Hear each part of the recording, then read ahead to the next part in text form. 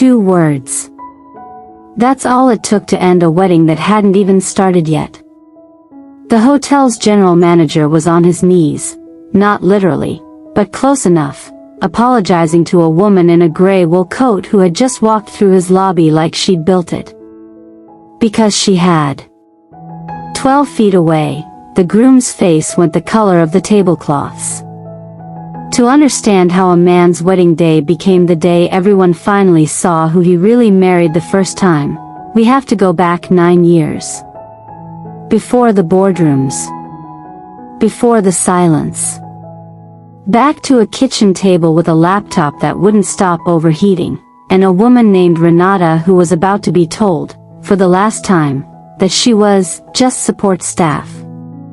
Renata Vasquez met Marcus Cole in graduate school, back when he was the one asking her to check his numbers before every pitch meeting.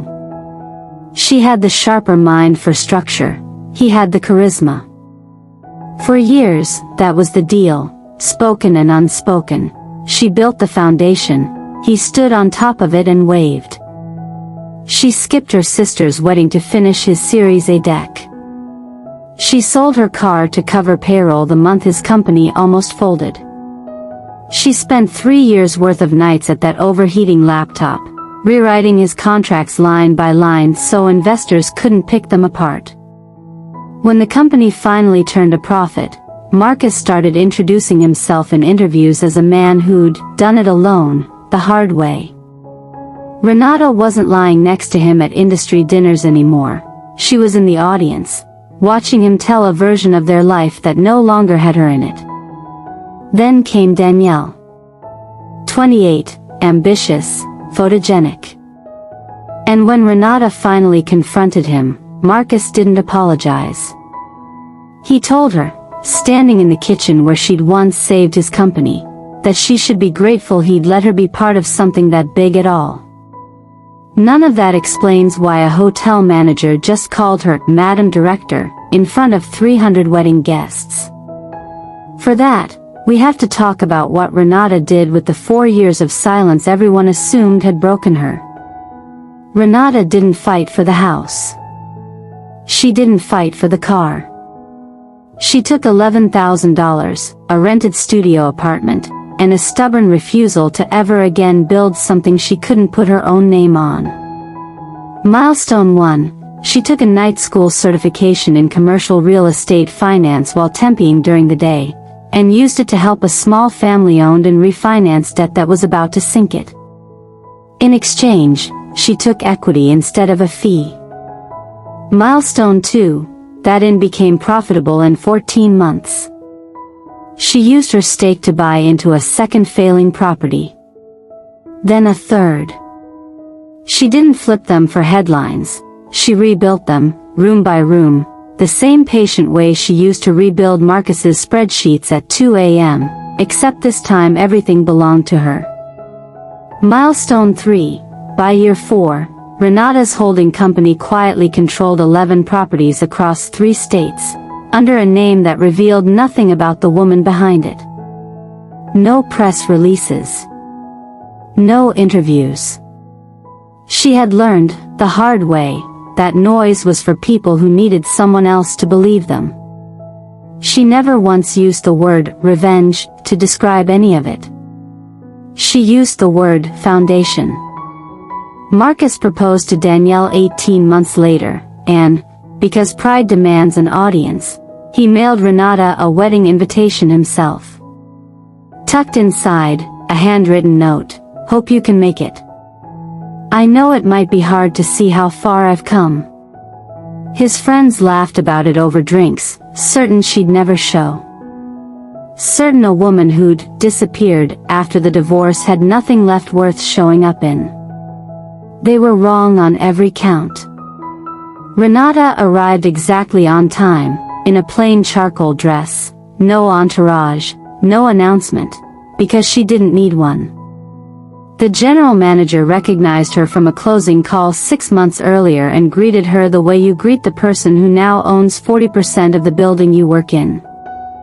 "Madam Director," he said. "We weren't told you'd be attending." The room went quiet the way a room does when it senses, before it understands, that something has shifted.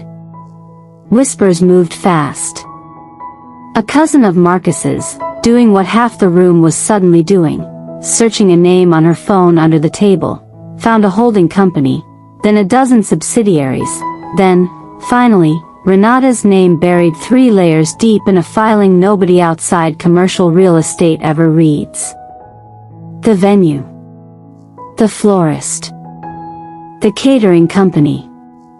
All, as it turned out, contracted through entities Renata's firm quietly owned a stake in. Marcus's business partner pulled him aside near the terrace, ashen, to tell him a $40 million refinancing deal, the one funding his company's expansion, the one he'd bragged about all week, had just been withdrawn that morning. By the same investor who now stood 20 feet away in a plain charcoal dress. Marcus crossed the room, rebuilding his easy charm in real time, and asked if they could speak privately. He suggested, gently, that maybe they'd both made mistakes back then. That maybe it was time to let bygones be bygones, now that so much had changed. Renata looked at him for a long moment, no anger in her face, no triumph either. Just the tired clarity of someone finally seeing a person exactly as they are. "There's nothing to share the blame for," she said quietly. "My only mistake was thinking you'd become a better man than you actually wanted to be." She didn't raise her voice. She didn't need to.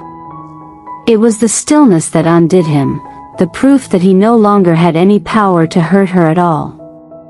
Danielle, close enough to hear it, went very still. She thought of every story Marcus had told her about building it all alone. She thought about a folder Marcus's own assistant had accidentally left on a shared drive months ago, one she'd never opened. She excused herself to the restroom and never came back to the altar. Marcus stood alone near the flowers within 20 minutes, the room emptying around him the same way it had once filled, quietly, and without needing anyone to explain why. Renata didn't gloat. She didn't linger. She thanked the manager for his time, said she had a 9 a.m. closing the next morning, and left the way she'd arrived, unhurried, unbothered, already thinking about the next building that needed saving.